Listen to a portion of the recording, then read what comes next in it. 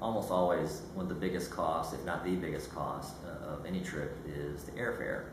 So if you can plan ahead, that will typically save you a lot of money, whether you're paying for the ticket yourself or you're using airline points to get that ticket.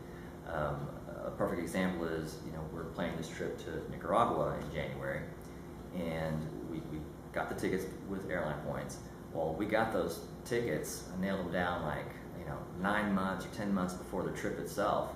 But by doing that, I ended up using a lot fewer airline points. So instead of using 70,000 points to get there, which is kind of the full price using airline points, we only spent 32,500 each points to get down there with a minimal fee, like $50. And I looked online at the time, if we had paid full price for the cheapest ticket that was out there, it would have been $700 each. So by planning that far ahead, I used a lot fewer miles and got tickets for basically free. $50 for a round trip tickets. To Nicaragua. Yeah, to Nicaragua. So again, planning ahead, if at all possible, will save you money.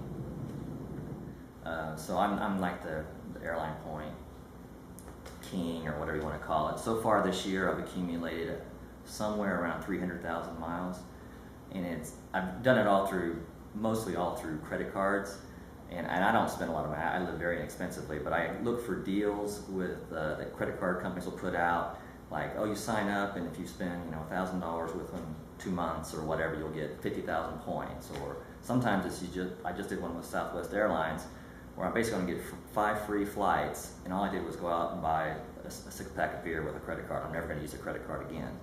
I did have to pay a $99 fee on that one, but still, for 5 free flights, I'll take that any time.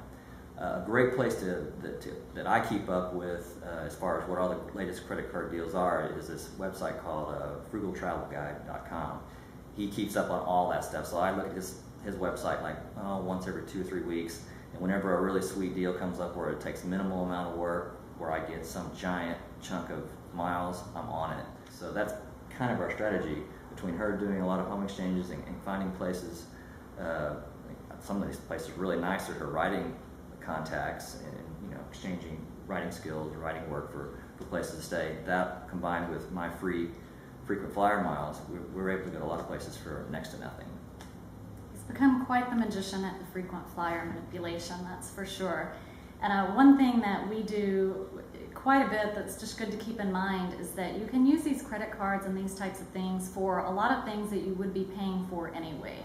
So, if we have to put $500 on a card, or you want to get a certain amount of miles, we go to the grocery store.